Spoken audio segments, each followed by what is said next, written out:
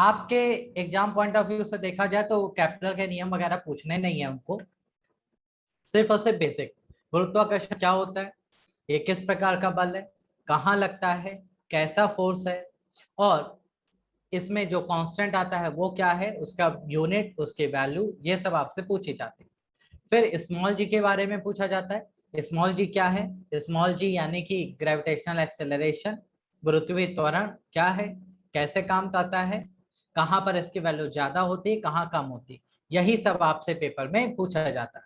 तो इन्हीं सारी चीजों को आज हम यहाँ पे पढ़ने वाले हैं। ठीक है भाई, तो चलिए, पर्सन के पास खड़े होते हो तो आप भी एक दूसरे पर गुरुत्वाकर्षण बल लगाते हो। तो दुनिया में हर वो वस्तु जिसके पास द्रव्यमान है वो दूसरी वस्तु को अपनी ओर क्या करती है, खींचती है। उसे ही क्या कहते हैं, गुरुत्वाकर्षण कहा जाता है। यही एक प्रकार का बल होता है जो कि चार मूल बलों में सबसे कमजोर होता है। अच्छा भाई, गुरुत्वाकर्षण बल के बारे में बताया किसने था, ये क्वेश्चन आता है। तो इसके बारे में बताया था न्यूटन सर ने। जब वहां पर भी, उस समय पर भी, जब जैसा कि हमारे यहाँ आज कोरोना महामारी फैली हुई है, वैसे ही वैसे ही उस समय पे भी महामारी फैली हुई थी। तब अपने घर में रहकर न्यूटन सर ने ग्रेविटेशन की खोज करी, गुरुत्वाकर्षण की खोज करी। वो एप्पल वाली सिर्फ एक स्टोरी है जो आपको सुनाने के लिए बनाई गई है, बाकी ऐसा कुछ था नहीं। ठीक है भाई, तो न्यूटन सर ने ग्रेविटेशन की खोज अपने घर में बैठे बैठे करी थी। तो गुरुत्वाकर्षण के बारे में उन्होंने क्या बताया था, उन्होंने कहा कि अगर आप कोई भी दो वस्तुएं ले लें जिनके पास अलग अलग द्रव्यमान हो या समान हो, जैसा मन करे, जिनके पास मास m1 और m2 हैं, दो अलग अलग द्रव्यमान की वस्तुएं आपने एक दूसरे से अगर आप कुछ दूरी पे रख दें, वो दूरी है r। अगर आप उनको कुछ दूरी पर रख दें तो उनके बीच आप देखते हैं कि एक आकर्षण बल लग रहा होता है। तो वो जो आकर्षण बल है, हमेशा कैसा बल लगता है उनके बीच, वो अट्रैक्शन का होता है। अट्रैक्शन यानी कि हमेशा उनके बीच एक आकर्षण बल लग रहा होता है। अच्छा भाई, ये जो आकर्षण बल लग रहा होता है उन दोनों के बीच, वो किन किन चीजों पर निर्भर करता है? तो उन्होंने देखा कि ये जो आकर्षण बल है वो उन दोनों के द्रव्यमानों पर निर्भर कर रहा था। मतलब जितना ज्यादा द्रव्यमान बढ़ा रहे थे उतना ज्यादा ही आकर्षण बल बढ़ता चला जा रहा था, क्योंकि अनुक्रमानुपाती था, डायरेक्टली प्रोपोर्शनल। और उनके बीच की डिस्टेंस के स्क्वायर के इनवर्सली प्रोपोर्शनल था, यानी कि उनके बीच की दूरी के वर्ग के व्युत्क्रमानुपाती था। तो जब तीनों चीजों को एक साथ उन्होंने लिखा तो उनको कुछ ये रिलेशन मिला, m1 m2 upon R square. अब आपको पता है कि जब प्रोपोर्शनलिटी साइन यानी कि अनुक्रमानुपाती का साइन हटाते हैं तो वहां पर एक कांस्टेंट आ जाता है, यहां पर भी आएगा। यहां पर वो कांस्टेंट है capital G, m1 m2 upon R square. ये वो बल है जो कोई भी दो वस्तुओं के बीच लगता है जिनके पास द्रव्यमान है और वो एक दूसरे से कोई आल दूरी पर रखे हुए हैं। ठीक है भाई, ये पॉइंट आपको अच्छे से याद रखना है कि जिनके पास द्रव्यमान है और वो एक दूसरे से आल दूरी पर रखे हुए हैं, तो उनके बीच लगने वाला जो आकर्षण बल है वो यही होता है।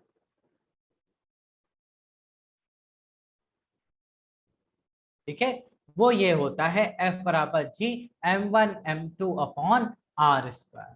ओके, अच्छा भाई, ये हम समझ गए अच्छे से। लेकिन थोड़ा सा बात करें कैपिटल जी के बारे में। तो कैपिटल जी क्या है? एक ग्रेविटेशनल कांस्टेंट है जिसे यूनिवर्सल ग्रेविटेशनल कांस्टेंट या फिर सार्वत्रिक गुरुत्वाकर्षण नियतांक कहा जाता है। ठीक है, इसे सार्वत्रिक गुरुत्वाकर्षण नियतांक भी कहा जाता है। अच्छा भाई, कैपिटल जी की जो वैल्यू है वो कभी भी नहीं बदलती, ये याद रखिएगा। कैपिटल जी की जो वैल्यू है वो कितनी है भाई? 6.67 10 to the power -11 newton metre square पर केजी स्क्वायर। अच्छा, ये आपका हो गया, ठीक है। अच्छा, अब ये हो गया आपका 6.67 10⁻⁻11 न्यूटन मीटर स्क्वायर पर केजी स्क्वायर। तो ये है कैपिटल जी। अब कैपिटल जी के बारे में अगर बात की जाए कि कैपिटल जी आखिरकार कैसे है, वैल्यू, यूनिट, ये आपके पेपर में पूछे जाते हैं। तो भाई कैपिटल जी का यूनिट आपको अच्छे से याद रखना है, बनाना सीखना, रटना नहीं है, नहीं तो पेपर में जाओगे फूल। कैसे बनाएंगे देखो, F equals to G m1 m2 upon R square, ठीक है भाई। अच्छा, यहां से कैपिटल जी के बारे में पता लगाना है, तो ये क्या है, F are square m1 m2। अब आप यूनिट रख के देखो, ये फोर्स है यानी कि बल, यूनिट हो गए न्यूटन, दूरी है मीटर स्क्वायर, और ये हो गया किलोग्राम स्क्वायर। ये बन गया भाई कैपिटल जी का। तो कैपिटल जी का जो मात्रक है वो आपको याद रखना है, वैल्यू भी याद रखनी है, क्योंकि ये दोनों ही चीजें पेपर में डायरेक्टली पूछी जाती हैं। और कैपिटल जी किसी पर भी निर्भर नहीं करता। याद रखिएगा कि कैपिटल जी के बारे में बहुत सारे क्वेश्चन आते हैं, कहते हैं बताओ माध्यम बदल दे, या फिर उसको चांद पर लेकर चले जाएं, या किसी ग्रह पे लेके चले जाएं जिसका द्रव्यमान कम है, कुछ भी आपसे पूछा जाए तो कैपिटल जी किसी भी चीज पर डिपेंड नहीं करता, ना माध्यम पे, ना माध्यम की प्रकृति पर, किसी भी चीज पर नहीं। ओके, ये कांस्टेंट है और इसकी वैल्यू हमेशा फिक्स आती है, वो कभी नहीं बदलती। ओके भाई, ये हो गया बेसिक इंट्रोडक्शन। अब आगे बढ़ते हैं भाई। इसके बाद बात करते हैं गुरुत्वाकर्षण बल के बारे में, कुछ इंपॉर्टेंट पॉइंट। सबसे पहला, ग्रेविटेशन फोर्स यानी कि गुरुत्वाकर्षण बल एक केंद्रीय बल होता है, इसे सेंट्रल फोर्स और संरक्षी बल यानी कि कंजर्वेटिव फोर्स भी कहा जाता है। क्यों? क्योंकि ये बल हमेशा दो वस्तुओं के द्रव्यमान केंद्र के बीच लगता है। जैसे मान लो आपके पास दो वस्तुएं हैं, तो इसका मतलब ये नहीं कि उनके सरफेस के बीच लगने लगेगा, नहीं, गुरुत्वाकर्षण बल हमेशा उनके केंद्रों के बीच लगता है, द्रव्यमान केंद्र, जहां पर उनका सारा द्रव्यमान होता है ना, द्रव्यमान केंद्र, वहां पर उनके बीच ये बल लगता है। जैसे आप किसी वस्तु पे अगर बल लगा रहे हैं, गुरुत्वाकर्षण बल, क्योंकि आप किसी के पास खड़े होंगे तो आप दोनों के बीच गुरुत्वाकर्षण बल लगेगा। तो ये जो ग्रेविटी फोर्स लगेगा, ये हमेशा और हमेशा आपके द्रव्यमान केंद्र और उस दूसरे पर्सन के द्रव्यमान केंद्र के बीच लगेगा, कभी भी आपके सरफेस के बीच, सतह के बीच नहीं लगता। ठीक है, ये संरक्षी बल भी होता है, कंजर्वेटिव होता है, ये पाथ पर डिपेंड नहीं करता। और ये आपका कमजोर बल है, ये तो हम आपको बता ही चुके हैं, ये सारे पॉइंट आपको बता चुके। तो ये था गुरुत्वाकर्षण बल का इंट्रोडक्शन जो न्यूटन सर ने बताया। तो यहां तक किसी को कोई डाउट हो तो पूछो भाई।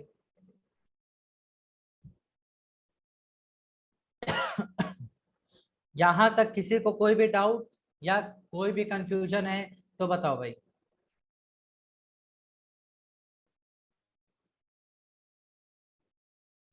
एनीवन? No doubt? चलो भाई, तो बढ़ते हैं आगे। अब बात करते हैं ग्रेविटेशनल एक्सेलरेशन यानी कि गुरुत्वीय त्वरण के बारे में। गुरुत्वीय त्वरण से आपके पेपर में बहुत सारे क्वेश्चन बनते भाई। अब क्वेश्चन कैसे बनते हैं उन्हें ध्यान से समझना। गुरुत्वीय त्वरण आखिरकार है क्या? गुरुत्वीय त्वरण का मतलब होता है कि आपने जनरली त्वरण तो पढ़ रखा है, जब हमने मैकेनिक्स आपको पढ़ाया था तो त्वरण क्या होता है वो हमने आपको सिंपल सा यहाँ पे पढ़ाया था। अब ग्रेविटेशनल एक्सेलरेशन क्या होता है, कैसे काम करता है वो समझते हैं भाई। बिल्कुल सिंपल सी बात है ग्रेविटेशनल एक्सेलरेशन। गुरुत्वीय त्वरण का मतलब होता है कि जिस त्वरण से कोई वस्तु पृथ्वी की ओर आती है उस त्वरण को गुरुत्वीय त्वरण कहते हैं। ओके, अब ये ग्रेविटी और ग्रेविटेशन फोर्स में क्या अंतर होता है, बड़ा कंफ्यूजन रहता है आपको कि सर ये गुरुत्व क्या है और गुरुत्वीय त्वरण में, एक गुरुत्वाकर्षण में क्या कोई अंतर होता है? नहीं, ऐसा नहीं होता। देखो, गुरुत्वाकर्षण हर उस दो वस्तु के बीच लगता है जिसके पास द्रव्यमान है, लेकिन अगर उन दो वस्तुओं में एक वस्तु हो जाए पृथ्वी, ठीक है, और वो किसी वस्तु को अपनी ओर खींचे, तो वो जो गुरुत्वाकर्षण है उसे ही हम लोग ग्रेविटी कह देते हैं। ये कोई नई चीज नहीं है, उसको सिर्फ हम कह देते हैं कि पृथ्वी जब किसी वस्तु पर आकर्षण बल लगाती है तो उसे हम फोर्स ऑफ ग्रेविटी यानी कि गुरुत्व का बल कहते हैं। जैसे मान लो ये पेन है, पेन और मेरा हाथ दोनों के पास द्रव्यमान है, इसके बीच जो आकर्षण बल लग रहा है वो है गुरुत्वाकर्षण। लेकिन अगर मैं इस पेन को छोड़ दूं तो नीचे गिरा, नीचे गिरा किस वजह से? पृथ्वी के गुरुत्वाकर्षण बल के कारण। तो वहां पर इसे हम ग्रेविटी भी कह देते हैं। तो ग्रेविटी कोई नई चीज नहीं है, बस ये याद रखिएगा कि जब ग्रेविटी शब्द का यूज हो रहा है तो इसका मतलब उनमें से एक वस्तु पृथ्वी है, बस इतना है। ठीक है। अब ये पेन जब नीचे गिरेगा तो इसमें जो त्वरण उत्पन्न होगा उसे सिंपल त्वरण नहीं कहते, उसे गुरुत्वीय त्वरण कहा जाता है, ग्रेविटेशनल एक्सेलरेशन कहा जाता है। गुरुत्वीय त्वरण क्या है? जिस त्वरण से कोई वस्तु पृथ्वी की ओर आती है, इसे स्मॉल जी से रिप्रेजेंट किया जाता है। गुरुत्वीय त्वरण एक वेक्टर क्वांटिटी है, यानी कि ये एक सदिश राशि होती है। इसकी स्टैंडर्ड वैल्यू क्या? फिक्स वैल्यू नहीं होती, याद रखिएगा। इसका मान नियत नहीं होता, इसकी स्टैंडर्ड वैल्यू होती है पृथ्वी के लिए 9.8 मीटर पर सेकंड स्क्वायर। ये पृथ्वी का गुरुत्वीय त्वरण है कि पृथ्वी पर इसकी वैल्यू लगभग इतनी होती है। ओके। अच्छा, जब कोई वस्तु नीचे की ओर आती है यानी कि डाउनवर्ड, तो जी की वैल्यू हमेशा कैसी होती है? पॉजिटिव, यानी कि धनात्मक लिया जाता है। लेकिन जब कोई वस्तु ऊपर की ओर जाती है तो वहां पर जी की वैल्यू क्या हो जाती है? निगेटिव ली जाती है, क्योंकि ऊपर जाने पर गुरुत्वीय त्वरण क्या होता है? निगेटिव हो जाता है, और नीचे आने पर वो पॉजिटिव हो जाता है। बस इतना सा पॉइंट आपको यहाँ पे याद रखना है। अब आगे बढ़ते हैं। अब यहाँ से आपसे पूछा जाता है कि जो स्मॉल जी है इसके पास क्या क्या प्रॉपर्टीज है। तो स्मॉल जी का यूनिट आपको बता दिया। स्मॉल जी की वैल्यू फिक्स नहीं होती, मैंने पहले ही कह दिया, वो जगह के अनुसार बदलती चली जाती है। ओके। अच्छा, आप पूछते हैं स्मॉल जी और कैपिटल जी में क्या रिलेशन होता है, बताओ भाई। तो जब हम स्मॉल जी और कैपिटल जी के रिलेशन की बात करें तो बहुत आसान तरीका, ध्यान सुनना। ये हमारी पृथ्वी है, तो पृथ्वी बल कहां से लगाएगी? अपने केंद्र से, क्योंकि हमने आपको बताया है कि पृथ्वी जो है, चाहे दुनिया की कोई भी वस्तु हो, वो हमेशा अपने केंद्र से ही बल लगाती है दूसरी वस्तु पर। मान लो यहाँ पर छोटू है, अब छोटू ने हवा में जंप किया तो छोटू पर नीचे की ओर फोर्स लगेगा, ठीक है। और वो फोर्स कौन लगाएगा? पृथ्वी लगाएगी अपने केंद्र से। तो जो फोर्स छोटू पे लगेगा वो फोर्स कितना होगा? F बराबर mg। आपको पता है F बराबर mg। लेकिन न्यूटन सर ने गुरुत्वाकर्षण बल का फॉर्मूला तो कोई और बताया है, F बराबर g m1 m2 upon r square. अब यहां से जरा ध्यान से देखना, m1 क्या है? एक तो पृथ्वी है, तो पृथ्वी का द्रव्यमान। m2 क्या है? छोटू है, छोटू का द्रव्यमान स्मॉल m मान लो, और उनके बीच की दूरी मान लो r स्क्वायर। तो ये भी बल है गुरुत्वाकर्षण, ये भी बल है गुरुत्वाकर्षण, तो दोनों बल आपस में बराबर हो जाएंगे। तो जब बराबर हो जाएंगे तो mg equals to G M E M upon R square. तो m से m कैंसिल हो गया, तो स्मॉल जी और कैपिटल जी में रिलेशन आ गया। ये रहा भाई स्मॉल जी और कैपिटल जी के बीच रिलेशन। तो हमने क्या देखने को मिला इस रिलेशन में? कि स्मॉल जी जो है, गुरुत्वीय त्वरण जो है, वो किसी भी वस्तु के द्रव्यमान पर निर्भर नहीं करता। वो किस पर निर्भर करता है? उस प्लैनेट, यानी कि ग्रह के द्रव्यमान पर। प्लैनेट यानी कि ग्रह के द्रव्यमान पर, और वस्तु और ग्रह के बीच की दूरी पर, बस। और किसी चीज पर वो डिपेंड नहीं करता। अब यहीं से एक क्वेश्चन आपके पेपर में पूछा जाता है। और ट्रिक क्वेश्चन क्या है, ध्यान से देखिए।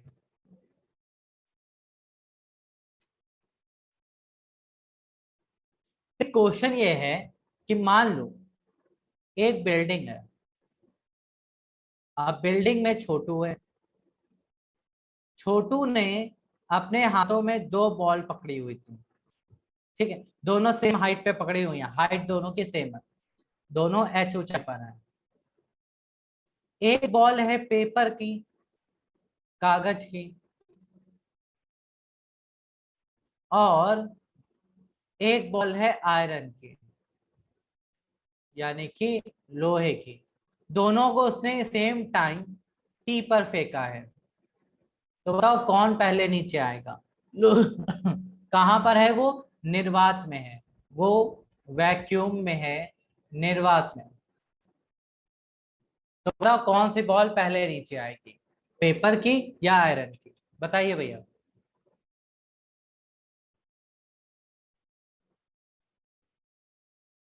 छोटू एक बिल्डिंग पे ऊपर खड़े होकर एक पेपर और एक आयरन की बॉल को नीचे की ओर फेंकता है। दोनों को समान समय में समान ऊंचाई से फेंकता है। वैक्यूम में बैठा है, निर्वात में बैठा हुआ है, जहां कोई भी नहीं है। तो बताओ भाई, कोई नहीं आएगी? काहे भाई, नीचे तो आएंगी। हम स्पेस में थोड़ी ना है, हम निर्वात में है। सिर्फ एक कमरे में है, कमरे में निर्वात कर दिया है, फिर दोनों को फेंका, तो गुरुत्वाकर्षण तो लगेगा ही ना नीचे की ओर। तो कौन पहले नीचे आएगा?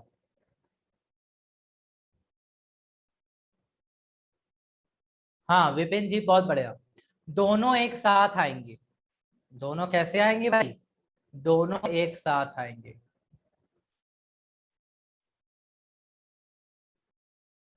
क्यों दोनों एक साथ आएंगी? क्योंकि दोनों पे जो स्मॉल जी होगा वो तो सेम होगा। दोनों के स्मॉल जी में कोई परिवर्तन नहीं आएगा। क्यों? क्योंकि अभी अभी पढ़ के आए कि स्मॉल जी जो होता है वो ग्रह के द्रव्यमान और वस्तु के साथ उसकी दूरी पर निर्भर करता है। तो भाई दूरी तो दोनों की समान है, ग्रह का द्रव्यमान भी समान है, सिर्फ वस्तु के द्रव्यमान अलग अलग है। तो ऐसा इसीलिए हुआ है क्योंकि स्मॉल जी की वैल्यू वस्तु के द्रव्यमान पर निर्भर नहीं करती है। बस ये पॉइंट यहाँ पे याद रखना। अगर वैक्यूम नहीं होता, आप जैसे अपने घर की बिल्डिंग से जाकर फेंकें, वहां वैक्यूम नहीं है, हवा है, तो लोहे की रॉड पहले आती है, लोहे की बॉल पहले आएगी। क्यों? क्योंकि भैया कागज पे हवा का रेजिस्टेंस लगेगा, हवा का प्रतिरोध लगेगा, इस वजह से वो देर में आएगा, लोहा जल्दी आ जाएगा। वो चीज अलग है, वो तो वातावरण का असर हो गया, एटमोस्फियर का इफेक्ट हो गया।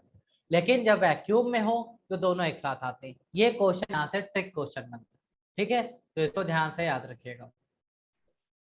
अब बात करते हैं, क्वेश्चन आता है पेपर में कि द्रव्यमान और भार में क्या अंतर होता है भाई। तो ये बड़ा ट्रिक क्वेश्चन है, ध्यान समझना। What is the weight and what is the mass, और दोनों में अंतर क्या होता है, भार और द्रव्यमान में क्या अंतर होता है। अगर द्रव्यमान की बात करें तो द्रव्यमान का मतलब होता है कि किसी भी वस्तु में, किसी भी पदार्थ की कितनी मात्रा यूज करी गई है, वो उस वस्तु का द्रव्यमान कहलाती, मास कहलाती। मान लो ये प्लास्टिक का अपना पेन है, तो इसमें कितनी मात्रा में प्लास्टिक यूज हुई है, वही इसका द्रव्यमान है। ओके, तो द्रव्यमान क्या है? किसी भी वस्तु में यूज किए गए पदार्थ की मात्रा द्रव्यमान कहलाती है। इसका मात्रा किलोग्राम होता है। इसका मात्रा क्या होता है भाई? किलोग्राम होता है। ये वैल्यू कभी भी बदलती नहीं है। द्रव्यमान किसी भी वस्तु का हमेशा स्थिर रहता है, द्रव्यमान कभी नहीं बदलता। आप चाहे दुनिया के किसी भी कोने में चले जाओ, द्रव्यमान आपका वही रहेगा जो है, वो नहीं बदलेगा। अच्छा, इसको नापने के लिए बीम बैलेंस का यूज करते हैं, ठीक है भाई? जैसे आपने देखा होगा कि जब आप सामान खरीदने जाते हो मार्केट में, तो वो तौलते हैं तो किलोग्राम में तौलते हैं। इसका मतलब वो जो मशीन है उसे कहते हैं बीम बैलेंस, उसमें द्रव्यमान नापा जाता है, ठीक है? और द्रव्यमान एक अदिश राशि होती है। तो द्रव्यमान क्या है? किसी भी वस्तु में प्रयोग किए गए पदार्थ की मात्रा को द्रव्यमान कहते हैं। इसका मात्रा किलोग्राम होता है, ये एक अदिश राशि होती है। इसे नापने के लिए बीम बैलेंस का यूज किया जाता है, और इसकी मात्रा की वैल्यू कभी भी बदलती नहीं है, आप चाहे जहां चले जाए। लेकिन भार क्या होता है? भार एक प्रकार का बल होता है, जिस बल से कोई भी वस्तु को पृथ्वी अपनी ओर खींचती है। तो पृथ्वी किसी वस्तु को अपनी ओर जिस बल से खींचती है, वही उस वस्तु का भार कहलाता है, ठीक है भाई? अच्छा, इसका मात्रक क्या होता है? न्यूटन। क्यों? क्योंकि एक प्रकार का बल है, इसीलिए इसका मात्रक न्यूटन होता है। इसकी वैल्यू बदलती रहती है। क्यों? क्योंकि इसका फॉर्मूला होता है W बराबर mg, और g बदलता है तो वेट भी बदलेगा, यानी कि भार भी बदलेगा। तो भार लगातार बदलता रहता है। अच्छा, इसको हम नापते हैं स्प्रिंग बैलेंस में। इसको नापने के लिए इसका प्रयोग किया जाता है, स्प्रिंग बैलेंस का। जैसे आपने देखा होगा जब आपके यहाँ सिलेंडर आता है, तो सिलेंडर जो आता है उस सिलेंडर को जब आप वेट कराते हो तो स्प्रिंग बैलेंस से कराते हैं, तो वो होता है वेट नापने वाला। और ये एक अदिश राशि नहीं होती, ये सदिश राशि। क्यों? क्योंकि ये एक बल है, बल तो सदिश राशि ही होती है। बस इतना सा अंतर होता है, और बल लगातार बदलता रहता है जगह के अनुसार, द्रव्यमान नहीं बदलता। ओके, अच्छा, ये पॉइंट यहाँ तक आपको क्लियर है। बाकी नोट्स आपको हिंदी में भी अवेलेबल है, आप पढ़ सकते हैं। ओके भाई, चलो आगे बढ़ते हैं। अब यहां से आते हैं मेन क्वेश्चन। यहां से आपके पेपर में बहुत बार क्वेश्चन आए हुए हैं, तो इन्हें ध्यान से समझेंगे भाई। तो पहले बात, तो यहां तक किसी को कोई समस्या तो नहीं है? यहां तक जितना बताया क्लियर है एकदम? किसी को कोई डाउट हो तो पूछ लो भाई।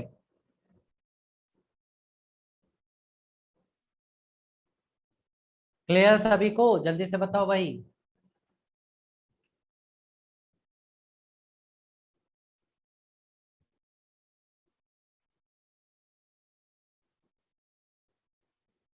ओके, क्लियर है। भार रिपीट कर दें। भार का मतलब होता है जिस बल से पृथ्वी किसी वस्तु को अपनी ओर खींचती है, वो उस वस्तु का भार कहलाता है। ठीक है, ये एक प्रकार का बल है, इसलिए इसका ये एक सदिश राशि होती है।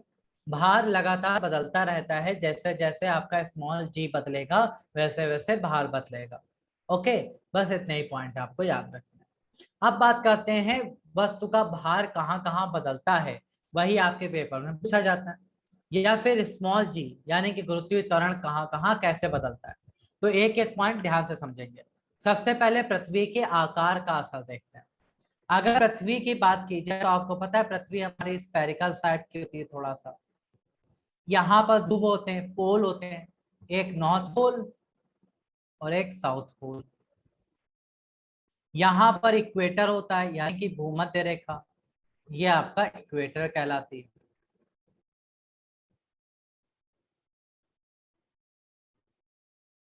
अच्छा भाई, ये हो गया सिंपल। अब मान लो यहाँ पर अगर बात करें इक्वेटर पर, तो इक्वेटर पर जो जी की वैल्यू होती है वो होती है मिनिमम, यानी कि न्यूनतम। इक्वेटर पर जी की वैल्यू, भूमध्य रेखा पर स्मॉल जी की वैल्यू सबसे कम है। तो आप खुद देखो, स्मॉल जी अगर सबसे कम है तो डब्ल्यू बराबर तो एम जी होता है। अगर जी घटेगा तो आपका डब्ल्यू भी घटेगा, यानी कि भार घटेगा। तो इक्वेटर पर आपका जो भार होता है वो भी क्या होता है? मिनिमम होता है। आपका भार भी न्यूनतम हो जाता है। तो अगर आप भूमध्य रेखा पे रहते हैं तो आपका भार क्या हो जाएगा?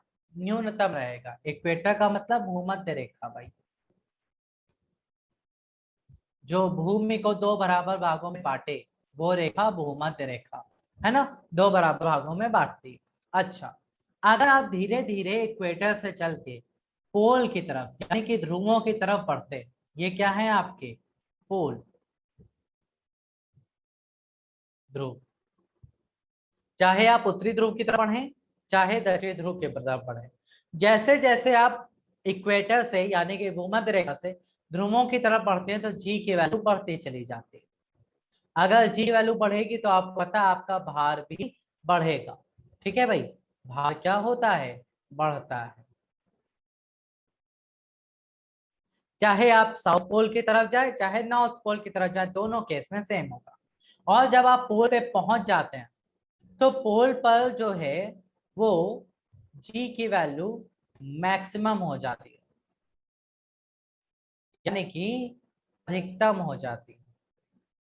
तो आपको पता है अगर जी की वैल्यू अधिकतम हो गई है तो इसका मतलब है आपका जो भार है वो भी अधिकतम हो जाएगा। तो आपसे कोई पूछता है कि पृथ्वी पर हमारा भार कहाँ सबसे ज्यादा होता है, तो ध्रुवों पर होता है। ध्रुवों पर हमारा भार सबसे ज्यादा होता है, भूमध्य रेखा पर सबसे कम होता है, और भूमध्य रेखा से ध्रुव की तरफ जाने पर भार बढ़ने लगता है। बस इतना सा पॉइंट आपको यहाँ पर याद रखना है। ये पृथ्वी के आकार का असर है। ओके। अच्छा, दूसरा पॉइंट आता है,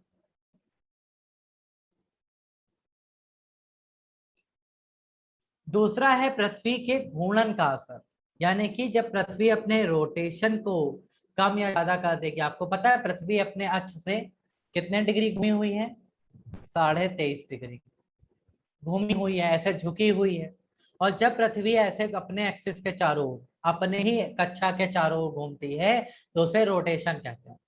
तो मान लो पृथ्वी की रोटेशनल स्पीड यानी कि घूर्णन चाल बढ़ या घट जाए तो क्या होगा। तो आपको यहाँ पर मेन पॉइंट याद रखना है, क्या, कि अगर पृथ्वी की रोटेशनल स्पीड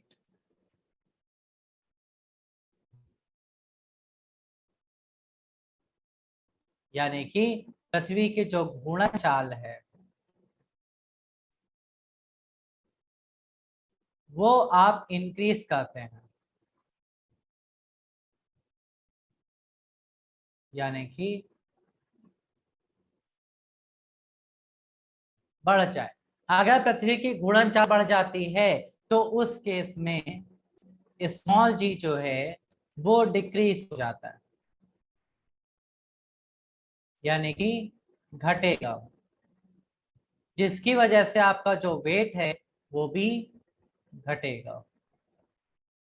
तो पृथ्वी की घूर्णन चाल बढ़ने पर आपका जो भार है वो घट जाता है। लेकिन अगर मान लो पृथ्वी की रोटेशनल स्पीड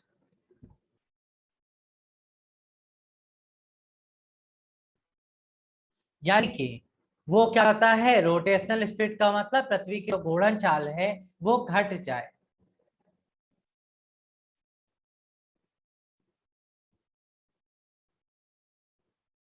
तो क्या होगा भाई, तो वहां पर जी की वैल्यू क्या हो जाती है, इंक्रीज हो जाती है। और जी की वैल्यू अगर इंक्रीज हो गई तो आपका जो वेट है वो भी इंक्रीज हो जाएगा, यानी कि बढ़ेगा। लेकिन लेकिन लेकिन ये बात सिर्फ और सिर्फ कब लागू होती है, जब आप इक्वेटर पे हो या फिर इक्वेटर के आसपास कहीं पर हो। जब आप क्या हो, एट इक्वेटर, यानी कि आप भूमध्य रेखा पर हो। जब आप भूमध्य रेखा पे होते हैं तो ये बात बिल्कुल सही है कि घोड़ा गति का असर आपको देखने को मिलता है।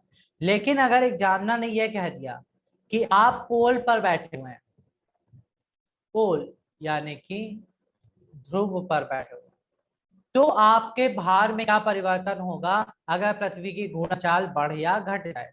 तो हमेशा याद रखना कि भैया अगर आप पोल पर हो तो आपके ऊपर रोटेशन यानी कि घूर्णन का कोई फर्क नहीं पड़ने वाला। ठीक है भाई, कोई फर्क पड़ने वाला नहीं है। आप चाहे जैसे पृथ्वी की घूर्णन चाल बढ़ जाए घट जाए कुछ भी हो जाए, आप पर कोई फर्क नहीं पड़ने वाला। आप एकदम आराम से रहिए, आपका भार जितना है उतना ही रहेगा। लेकिन कब, जब आप ध्रुवों में रहोगे। ओके, ये था रोटेशन का असर, यानी कि घूर्णन का इफेक्ट क्या क्या देखने को मिलता है। इसके बाद आता है एल्टीट्यूड, यानी कि अगर आप सतह से ऊपर जा रहे हैं तो क्या असर होगा, और डेप्थ यानी कि गहराई का क्या असर होगा। अगर हम बात करें एल्टीट्यूड और डेप्थ की, तो भैया याद रखिएगा, अगर आप पृथ्वी की सतह से ऊपर जा रहे हैं,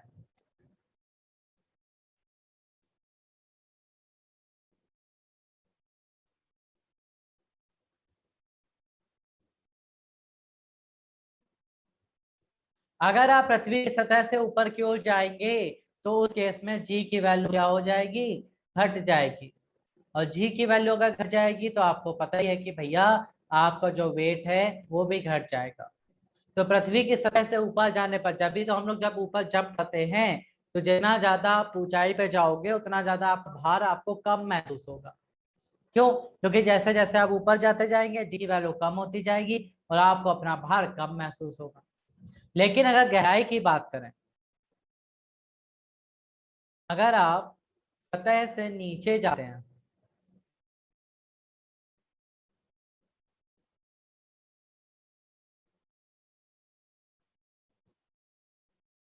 अगर आप सतह से नीचे की ओर जा रहे हैं, सरफेस से नीचे, ऊपर जाने पर जी की वैल्यू 0 कब होगी? जी की वैल्यू भैया 0 नहीं होगी। जी की वैल्यू आपकी जो है वो स्पेस में जाके खत्म होती है, ठीक है, जब पृथ्वी का गुरुत्वाकर्षण बल ना के बराबर हो जाता है। वो हम आपको कंडीशन बताएंगे कब आपको भारहीन महसूस होगा, वो भी बता रहे क्या क्या केसेस है। अगर आप डेप्थ में जा रहे हो, डेप्थ का मतलब आप पृथ्वी के अंदर खुदाई करके अंदर जा रहे हो, अंदर जा रहे हो, अंदर जा रहे हो, तो क्या होगा? तो भी जी की वैल्यू क्या होगी? घटेगी। तो इस केस में भी आपका वेट जो है वो घट जाता है। तो चाहे आप पृथ्वी के सरफेस से ऊपर जाए, चाहे आप सरफेस से नीचे आए, दोनों ही केसेस में पृथ्वी जो है वो आपके भार को घटा देती। अच्छा, अगर आप पृथ्वी के सेंटर पे आ रहे हो तो क्या होगा भाई? ठीक है, पृथ्वी के केंद्र पर आ जाए, यहां पर ये जो लाल वाला पॉइंट आपको दिख रहा है टिमटिमाता हुआ, अगर आप पृथ्वी के सेंटर यानी कि केंद्र पर आ जाएं तो आप पर क्या असर पड़ेगा, आपका भार क्या होगा? तो पृथ्वी के केंद्र पर जी की वैल्यू 0 हो जाती है, इस वजह से पृथ्वी के केंद्र पर आपका भार भी 0 हो जाता है। तो पृथ्वी के केंद्र पर हम अपने आप को भारहीन महसूस करते हैं, यानी कि हमारा कोई भार ही नहीं होता। ओके, ये पॉइंट आपको यहाँ पे याद रखना है कि केंद्र पर हमारा कोई भार नहीं होता। अच्छा भाई, समझ गए? तो हमने यहाँ पे कुछ चीजें बढ़िया से समझनी कि पृथ्वी में अगर आप केंद्र पर, सॉरी, पृथ्वी में अगर आप इक्वेटर पे रहते हो यानी कि भूमध्य रेखा पे, तो आपका भार सबसे कम होगा। जैसे जैसे आप ध्रुवों की तरफ जाओगे भार बढ़ेगा और ध्रुव पर सबसे ज्यादा हो जाएगा। पृथ्वी की घूर्णन चाल ये अगर बढ़ेगी तो आपका भार घटेगा, और अगर चाल घटेगी तो आपका भार बढ़ जाएगा। लेकिन ये सिर्फ और सिर्फ इक्वेटर पे होता है। अगर आप ध्रुवों पे चले गए तो पृथ्वी के घूर्णन का आपके ऊपर कोई असर नहीं पड़ने वाला। फिर हमने यहाँ पे क्या देखा कि अगर आप पृथ्वी के सरफेस से ऊपर जाते हैं तो भी आपका भार घटता है, अंदर जाओगे तो भी घटेगा, और केंद्र पे पहुंच जाओगे तो भी आपका भार शून्य हो जाएगा। ओके, ये पॉइंट याद रखिएगा। इसके बाद आता है सैटेलाइट। सैटेलाइट यानी कि उपग्रह क्या होते हैं भाई? बिल्कुल सिंपल सी बात है। सैटेलाइट उन भारी वस्तुओं को कहा जाता है जो किसी ग्रह के चारों ओर चक्कर लगाते हैं।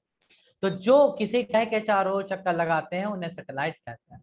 जैसे प्राकृतिक और कृत्रिम दो प्रकार की सैटेलाइट होती है। प्राकृतिक सैटेलाइट यानी कि नेचुरल सैटेलाइट वो होती हैं जो भगवान ने बनाई हुई है ना भाई, जो चारों ओर पृथ्वी के या किसी भी प्लेनेट के चारों ओर घूम रही है।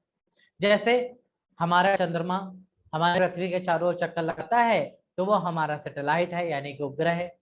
बाकी भी बहुत सारे ग्रह होते हैं जिनके पास उपग्रह पाए जाते हैं, आप देख सकते हैं। फिर यहाँ से क्वेश्चन आता है कि कौन सा ग्रह है जिसके पास सबसे ज्यादा उपग्रह है?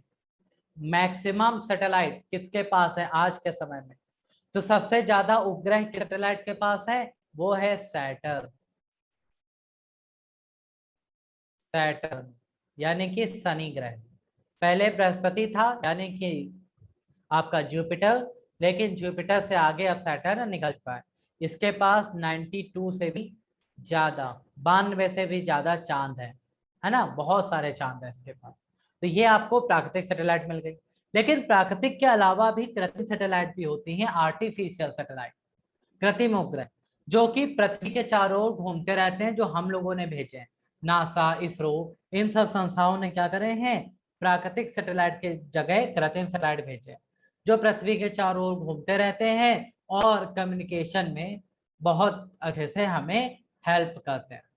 ये जो आज आप मोबाइल चला रहे हैं, इंटरनेट देख रहे हैं, वो सब उसी की देन है, प्राकृतिक सैटेलाइट की।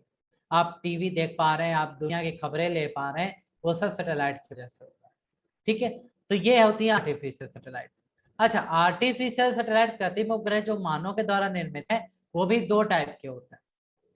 कौन कौन से? एक होता है जियो स्टेशनरी, जिसे भू स्थिर उपग्रह भी कहा जाता है, और दूसरा होता है पोलर सैटेलाइट, जिसे ध्रुवीय उपग्रह भी कहा जाता है। अब इन दोनों में अंतर क्या है भाई, ध्यान से समझेंगे। अगर भू स्थिर सैटेलाइट की बात की जाए, ग्रेविटेशन की, जियो स्टेशनरी, तो जियो स्टेशनरी सैटेलाइट वो होती है जो पृथ्वी के चारों ओर इक्वेटर के चारों ओर चक्कर लगाती है।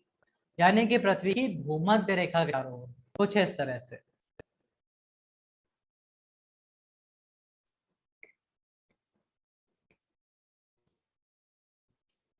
तो भाई सबसे पहला पॉइंट, जो भू स्थिर उपग्रह होते हैं वो कहाँ चक्कर लगाते हैं, वो पृथ्वी की भूमध्य रेखा के चारों ओर।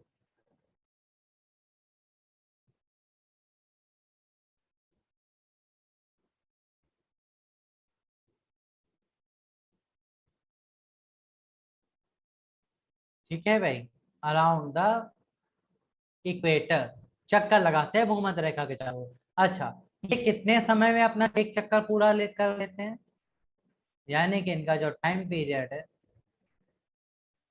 वो कितना है, एक चक्कर पूरा करने में इनको कितना समय लगता है, तो इनको एक चक्कर पूरा करने में समय लगता है 24 घंटे का।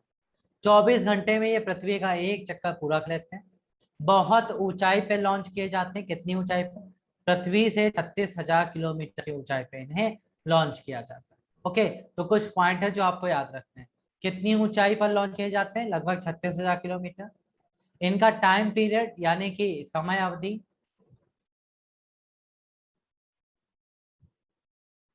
वो इनका 24 घंटे का है। ये 24 घंटे में एक चक्कर पूरा कर लेते हैं। ये भूमध्य रेखा के चारों ओर यानी कि इक्वेटर के चारों ओर घूमते हैं। इनका यूज कहाँ करते हैं, कम्युनिकेशन पर्पस में। कम्युनिकेशन पर्पस जैसे कि आपके जितने भी टीवी के सिग्नल आ रहे हैं, मोबाइल के सिग्नल आ रहे हैं,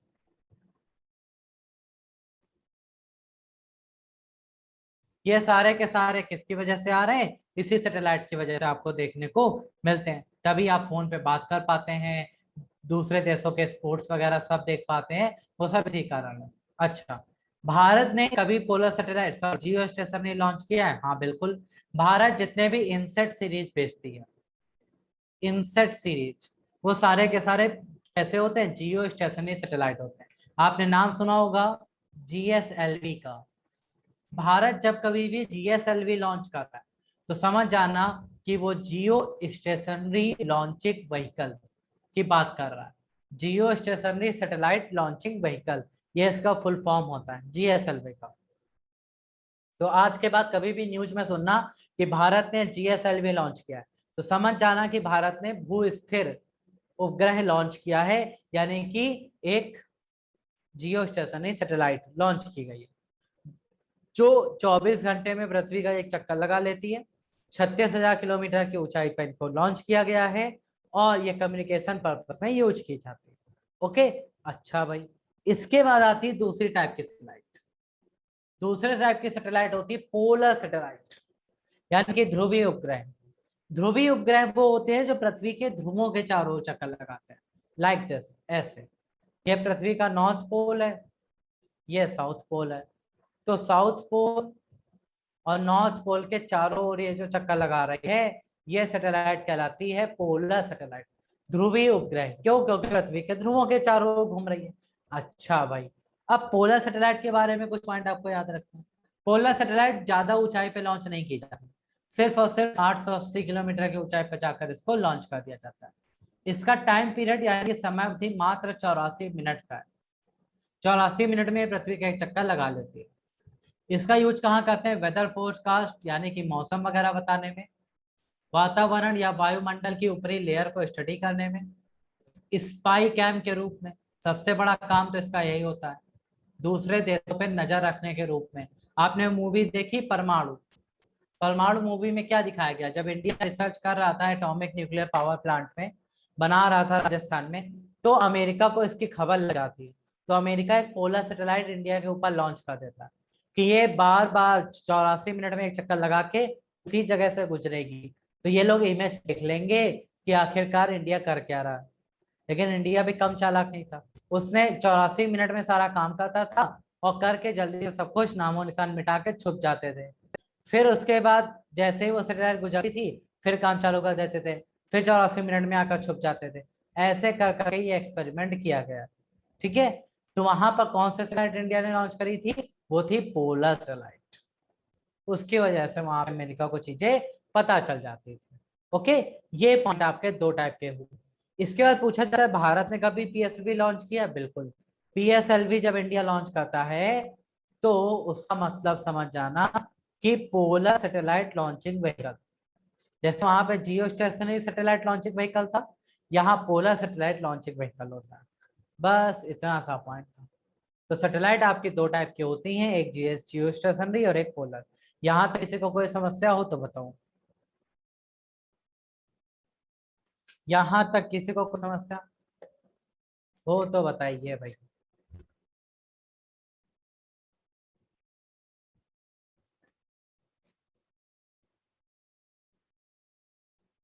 बोलो भैया जल्दी से, किसी को कोई भी डाउट?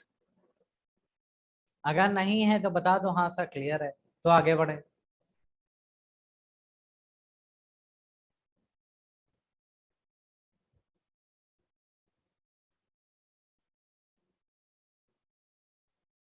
क्लियर है?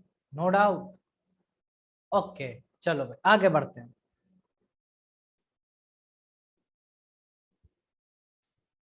अब अगला पार्ट आता है स्केप वेलोसिटी। स्केप वेलोसिटी को हिंदी में कहते हैं पलायन वेग।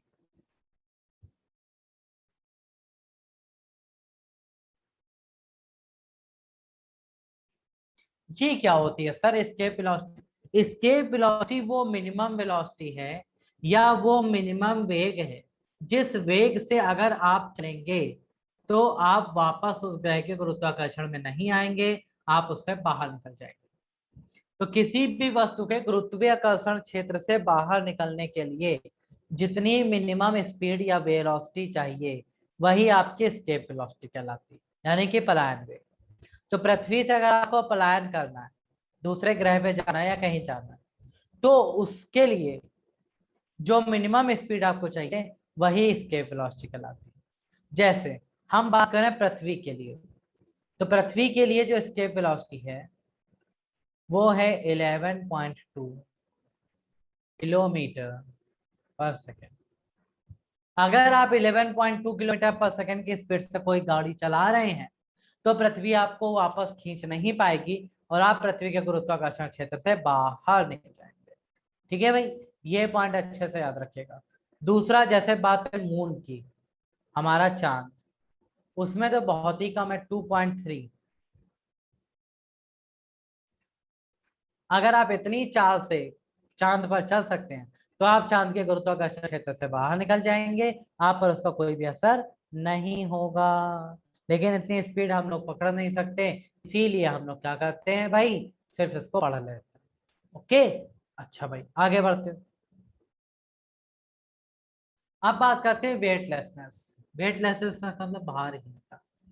वो कौन कौन से केसेस है जब हमें अपना भार जीरो महसूस होता है, यानी कि हमें अपने भार के बारे में पता ही नहीं चलता भाई कि है भी कि नहीं। तो वो कंडीशंस कुछ इस तरह से हैं। सबसे पहला, अगर आप किसी लिफ्ट में फ्री फॉल कर रहे हैं, फ्री फॉल का मतलब स्वतंत्र रूप से गिरना।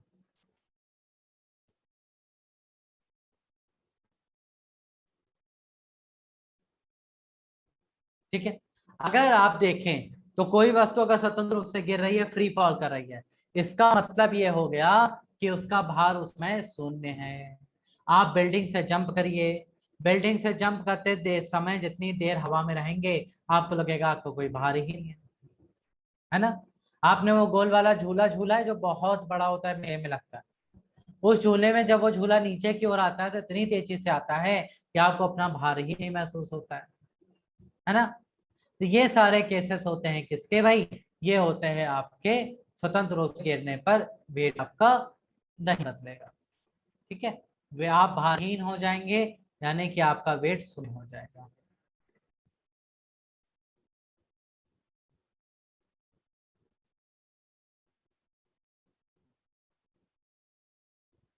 अच्छा, स्पेस क्राफ्ट या सैटेलाइट के अंदर, मान लो आप किसी सैटेलाइट के अंदर हैं या किसी स्पेस क्राफ्ट में हैं, आपको किसी दूसरे ग्रह जाना है, तो उस केस में भी अगर आप स्टेट सैटेलाइट के अंदर हैं तो वो जब चलता है तो वहां पर भी आपका वेट आपको जीरो महसूस होता है, आप भारहीन महसूस करते हैं। आपने देखा होगा सुनीता विलियम्स किस तरह से हवा में ऐसे नाचते हुए वीडियो वायरल हुआ था, तो वो यही था। और अगर आप पृथ्वी के केंद्र पर पहुंच जाएं तो भी क्या होगा, तो भी आप सस्पेंड हो जाएंगे। तो पृथ्वी के केंद्र तक अगर आप पहुंच गए तो केंद्र पर आपका भार जीरो हो जाता है। इसके बाद जब कोई वस्तु फ्री फॉल लिफ्ट में आता है, मतलब स्वतंत्र रूप से गिरती हुई लिफ्ट में अगर आप चढ़े हुए हो, तो फिर आपकी ऐसे की तैसी हो जाती है। कैसे हो जाता है भाई?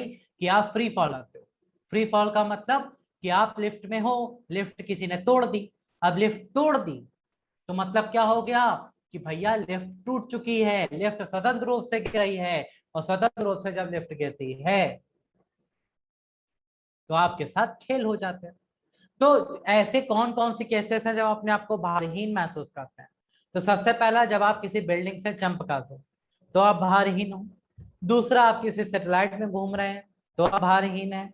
अगर आप पृथ्वी के केंद्र पर हैं तो आप भारहीन हैं।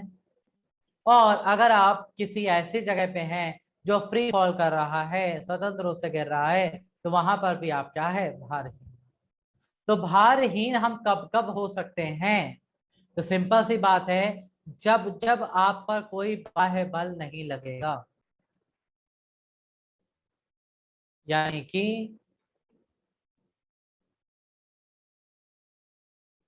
एक्सटर्नल फोर्स नहीं लगेगा।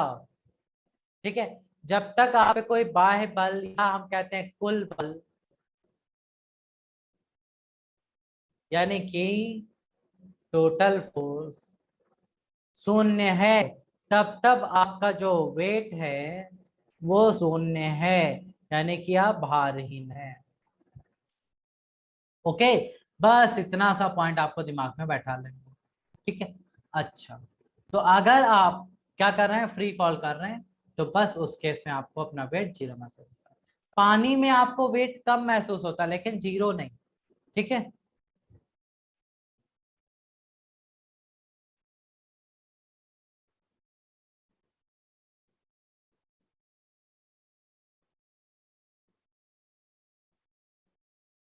ओके, तो आप हमेशा याद रखिएगा भाई कि अगर आप पे ऊपर कोई भी कुल बल नहीं लग रहा है या फिर बाह्य बल नहीं लग रहा है, तो आपका वेट हमेशा जीरो हो जाएगा।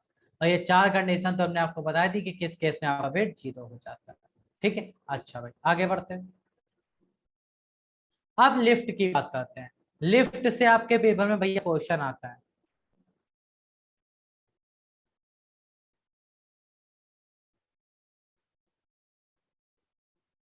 लिफ्ट से आपके पेपर में क्या क्वेश्चन आता है कि जो लिफ्ट होती है उसमें कैसे कैसे केसेस बनते हैं। तो ध्यान से सुनना, मोस्ट इंपॉर्टेंट पार्ट है, इसके बाद आपका कुछ भी एक्स्ट्रा नहीं है जो आपको पढ़ना है। लिफ्ट की अगर बात करें, मान लो आपके पास एक लिफ्ट है जो किसी स्प्रिंग से बंधी हुई है ना?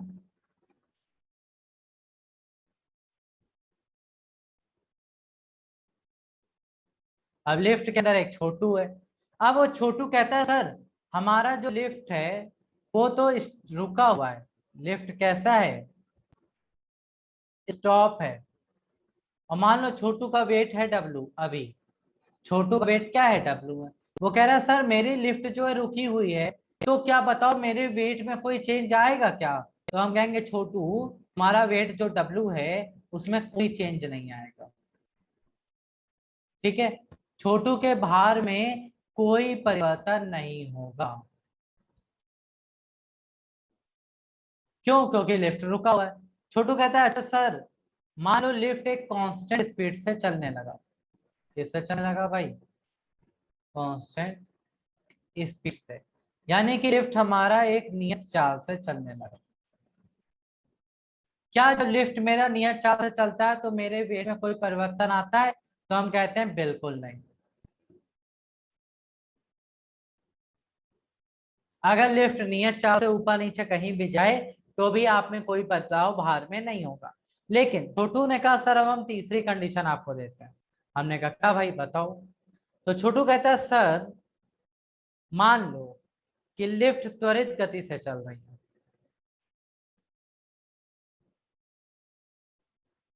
लिफ्ट जो है वो एक्सेलरेशन दिखा रही है, यानी कि त्वरण कर रही है। तो त्वरण करते हुए वो दो ही जगह जा सकती है। पहला, ऊपर की ओर, और दूसरा नीचे की ओर। अच्छा, जब लिफ्ट ऊपर की ओर जाती है, ठीक है, तो उस केस में क्या होता है? तो लिफ्ट जब ऊपर की ओर जाती है तो आपको पता है जी की वैल्यू निगेटिव हो जाती है, जिसकी वजह से आपका जो भार है, ठीक है, वो क्या हो जाता है भाई, वो हो जाता है आपका इंक्रीज।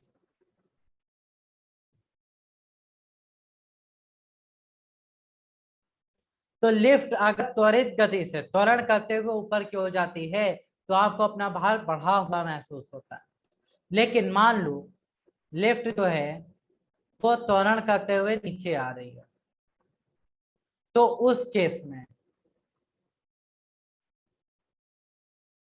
केस में जी की वैल्यू हो जाती है पॉजिटिव, और आपका जो वेट हो जाता है वो डिक्रीज। ठीक है, तो आपका वेट क्या हो जाता है, डिक्रीज हो जाता है, घट जाता है। तो ऊपर जाने पर, लिफ्ट के केस में ऊपर जाने पर त्वरित गति से वेट बढ़ता है, और नीचे आने पर त्वरित गति से वेट घट जाता है। ओके सर, वेट जीरो कब होता है? तो आपको पता है कि वेट जीरो तभी होता है जब कोई लिफ्ट में बैठ के फ्री फॉल करता है, यानी कि जब कोई वस्तु या जब कोई भी पर्सन फ्री फॉल कर रहा है, स्वतंत्र रूप से गिर रहा है, तो उसको अपना वेट बिल्कुल भी महसूस नहीं होता। ठीक है, बस इतना सब पॉइंट आपको यहाँ पे लिफ्ट में पढ़ना था। तो यहाँ तक किसी को कोई समस्या है तो आप पूछ लो भाई, बाकी हमने क्विज आपको दिए हैं वो आपको घर पे सॉल्व करना है। यहाँ तक किसी को कोई समस्या या कोई भी कंफ्यूजन किसी पॉइंट को लेकर तो अभी पूछ लो भाई।